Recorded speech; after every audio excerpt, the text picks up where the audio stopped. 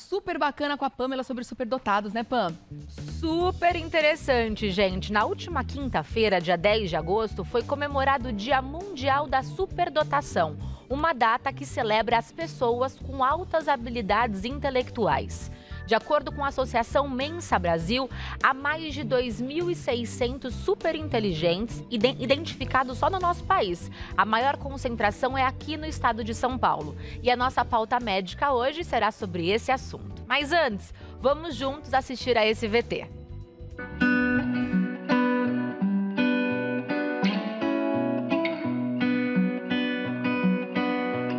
Nas redes sociais, já é comum assistirmos vídeos de crianças prodígio com vocabulário avançado, facilidade para fazer cálculos complexos, além de muita rapidez e concentração em outras atividades. O meu maior orgulho de ter uma filha superdotada é ela poder absorver os conhecimentos com facilidade. E o que é mais engraçado, assim, o que nos surpreende mais sermos pais de superdotados é aprendermos com ele todo dia. E sempre vai ter uma resposta que a gente está atrás para uma pergunta e uma pergunta depois da resposta e sempre nesse ciclo aí de curiosidade. Infelizmente é uma dificuldade grande de entendimento do que é a superdotação e ficamos presos aos estereótipos, causando aí uma série de dificuldades.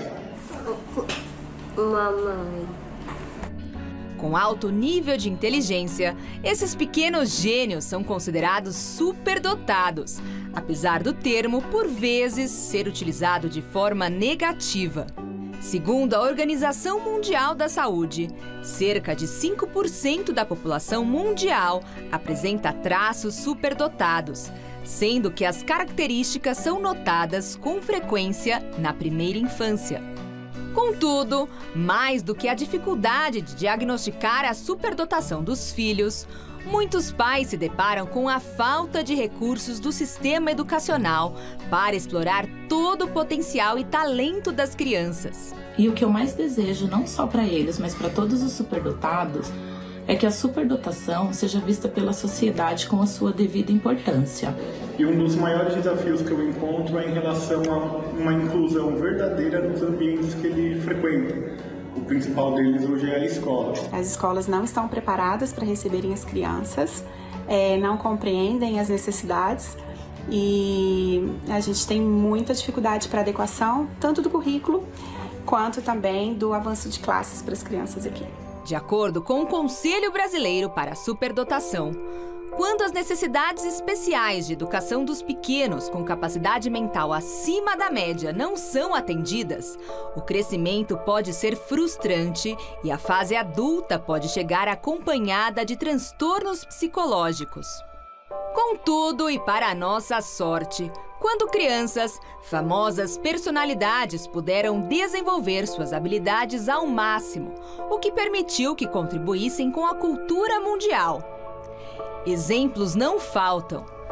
Nas artes, Quentin Tarantino, roteirista e diretor de cinema, Meryl Streep, atriz vencedora de 3 Oscars, Lisa Kudrow, a eterna excêntrica Phoebe do seriado Friends, Chico Buarque, grande nome da música popular brasileira, e o saudoso apresentador e humorista Jô Soares. Também não podemos deixar de mencionar os geniais Bill Gates, fundador da Microsoft, e Stephen Hawking, responsável por descobertas da astrofísica moderna, e Mozart, grande representante da música clássica. Já deu para entender qual a importância de dar incentivo às crianças superdotadas, né?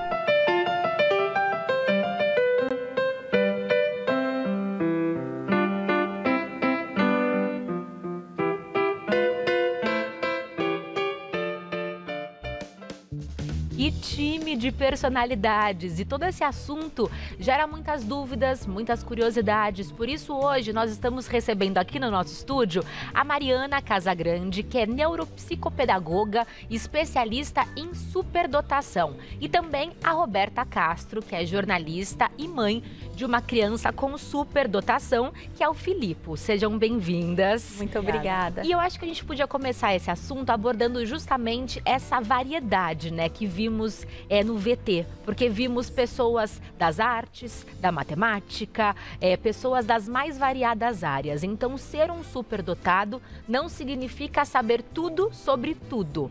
Há pessoas que são especialistas em determinados assuntos ou matérias, é isso?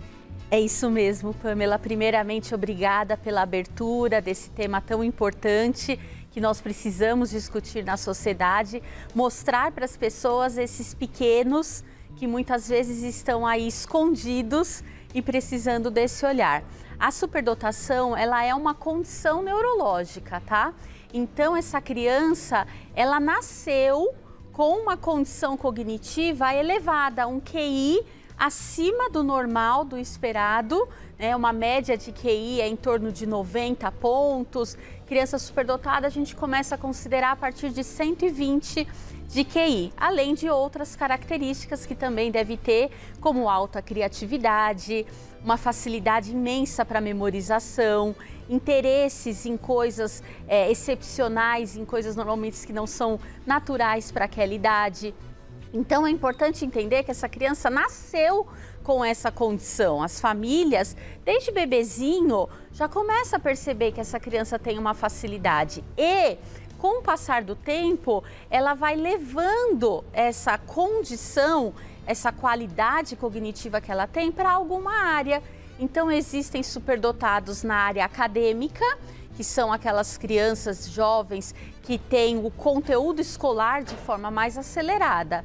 São aqueles que a sociedade consegue visualizar como superdotado. Mas existe superdotado na área linguística, que são aqueles que têm condições cognitivas elevadas na aprendizagem de línguas. E aí entra a superdotação na área musical, na área esportiva, na criatividade, na área artística, nas relações interpessoais. Então, nem sempre um superdotado é aquele que sabe todo o conteúdo da escola. Às vezes ele é superdotado, mas ele é bom, como nós vimos no vídeo, na música, sabe tocar vários instrumentos. Então, precisamos entender e tirar um pouco aquela visão de que superdotado é um minigênio, que tem que saber tudo, de tudo. Mesmo porque isso traz uma cobrança. Sim, Roberta é mãe do Filipe. Roberta, em que momento que você percebeu que o Filipe tinha habilidades fora do comum? Foi bem cedo, viu, Pamela? Ele tinha por volta de 2 anos, ele sempre teve muito interesse por letras, números, cores e também pelo inglês. A gente sempre colocava na televisão em português, em inglês, e sempre que a gente ia trocar do inglês para o português, ele reclamava. E aí a gente começou a achar estranho, falou, não, vai ver que ele gosta, né, desse determinado desenho.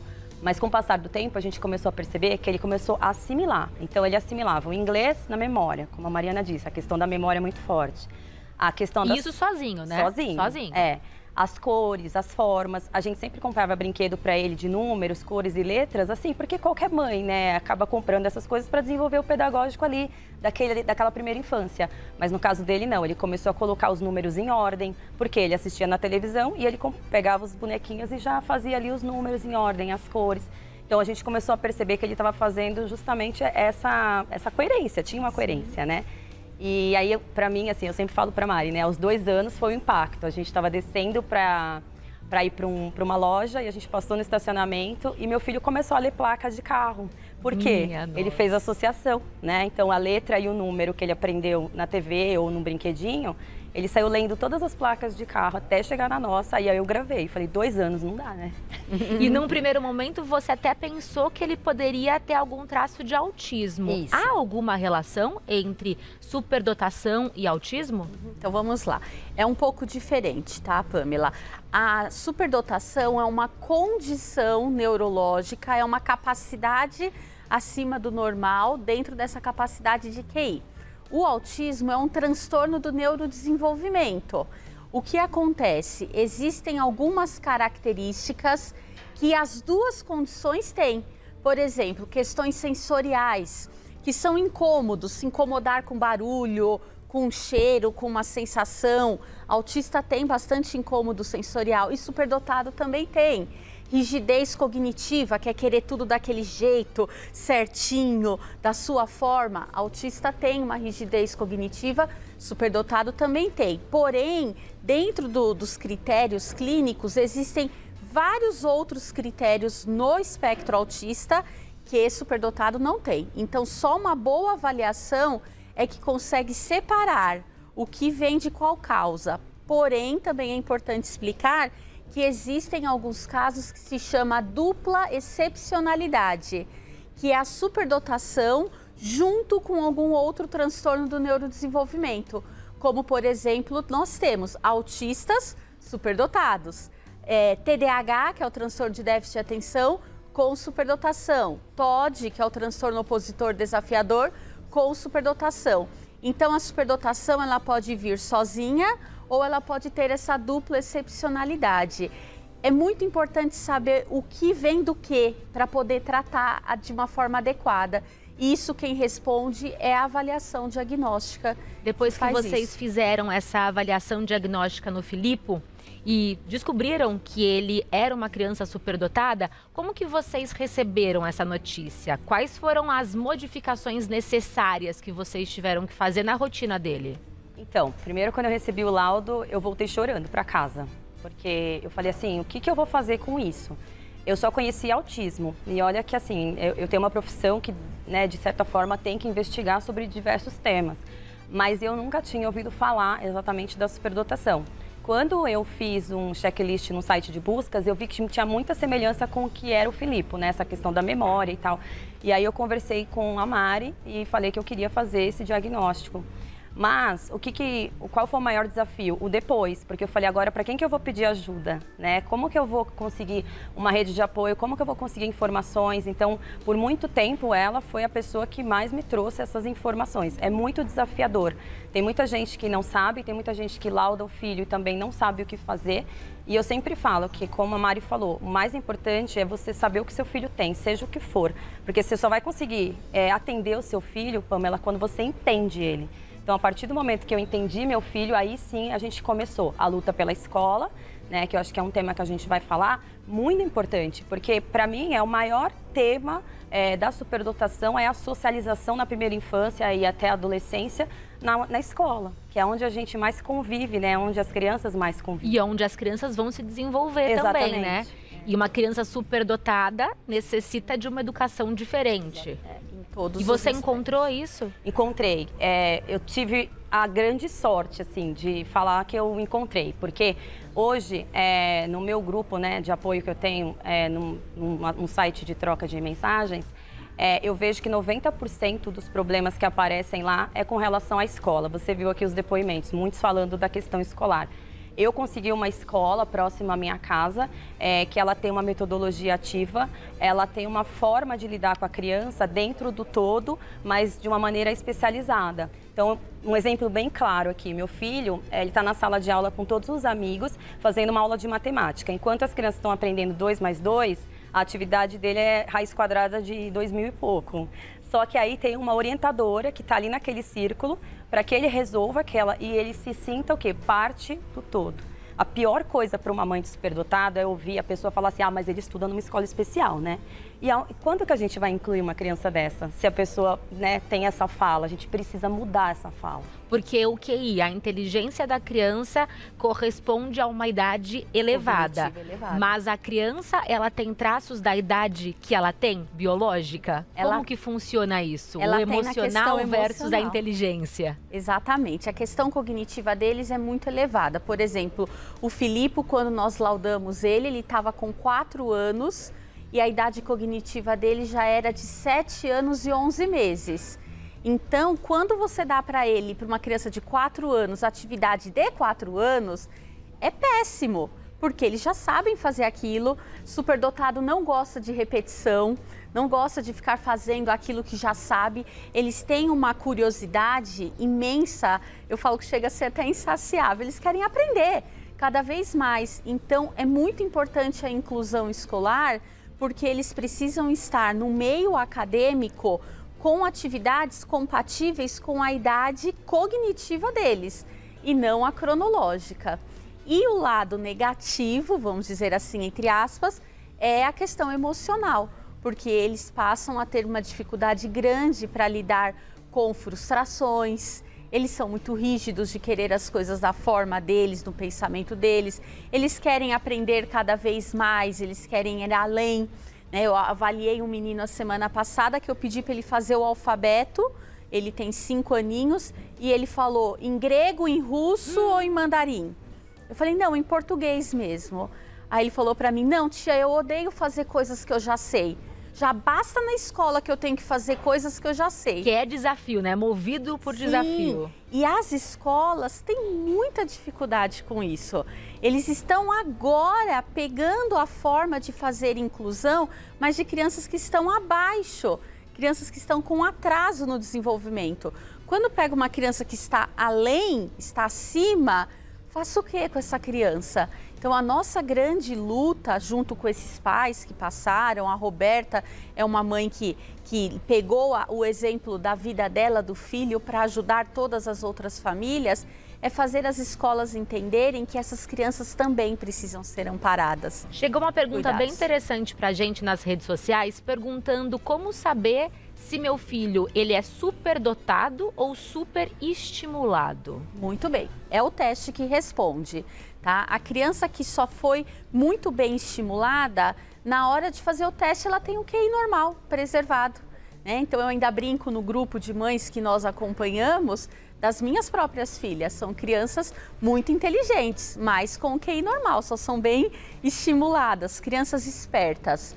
Agora, a superdotação é uma condição neurológica, é independente de estímulo. Isso também é importante deixar marcado, porque muitas pessoas acham que foi a Roberta que ficou lá estimulando o Filipe. Não, o Filipe sabia falar inglês, ela nem sabia ainda. Com 2 aninhos. Né? Então, eles aprendem mesmo com essa facilidade, sem precisar de um estímulo, só pela própria curiosidade, eles buscam isso.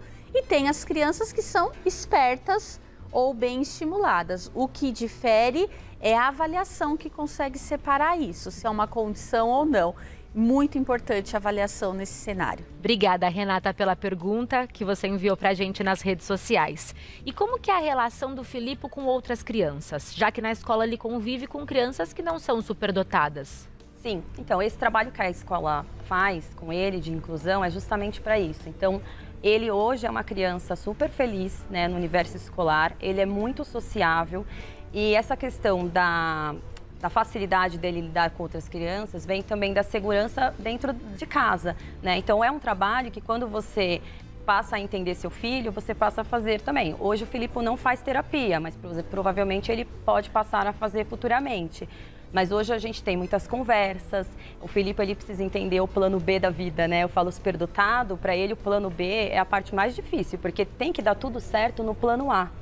Na cabecinha deles, assim, tem que ser desse jeito e esse jeito tem que dar certo. Então, quando a gente começa a ensinar o plano B, você começa a incluir o amiguinho, né? Então, assim, se eu não sei fazer essa atividade, talvez ele saiba. Então, eu vou pedir uma ideia para ele para eu fazer meu plano B. Né? Então, essa é uma das coisas que a gente ensina muito para o superdotado. Outra coisa também que a gente ensina, a escola também ajuda bastante, é o fato de cada pessoa é boa em uma coisa, né? Não é porque ele é superdotado que ele é bom em tudo. Então, por exemplo, o Filipe não gosta de futebol, né? Então, ele sabe que tem um amigo, ele até fala o nome do amigo, ele fala, não, futebol é com o Gabriel Escodino, ele é o craque do meu time. Mas, mãe, eu sou bom de matemática. Eu falo, é isso, filho, cada um é bom naquilo que gosta ou naquilo que tem mais aptidão, né, Pamela? Tem um quadro, inclusive, né, no Caldeirão do Hulk, que mostra muito isso, porque as crianças são colocadas em diversos desafios e uma sabe tudo de matemática, a outra sabe soletrar muito bem. Então, são habilidades super desenvolvidas individuais. Isso mesmo. Muito legal a gente trazer esse assunto aqui, afinal a gente está falando, né, de crianças, mais de 5% da população mundial que tem algum tipo de superdotação. E se você é em casa, assistiu essa pauta e percebeu que o seu filho pode ter algum traço, eu vou passar então um contato para você da Mariana Casagrande, que ela é neuropsicopedagoga e especialista em superdotação, que é o @ClínicaCasagrande2. Clínica Casagrande 2, e a Roberta Castro, ela é jornalista, ela é mãe do Filipe e ela tem também um grupo, né, que acolhe outras mães e outras famílias, que é o @crescerfeliz_AHSD. Muito obrigada, viu? Mesmo nós Voltem agradecemos. sempre para que a gente aborde mais esse tema tão importante. Obrigada. Muito obrigada.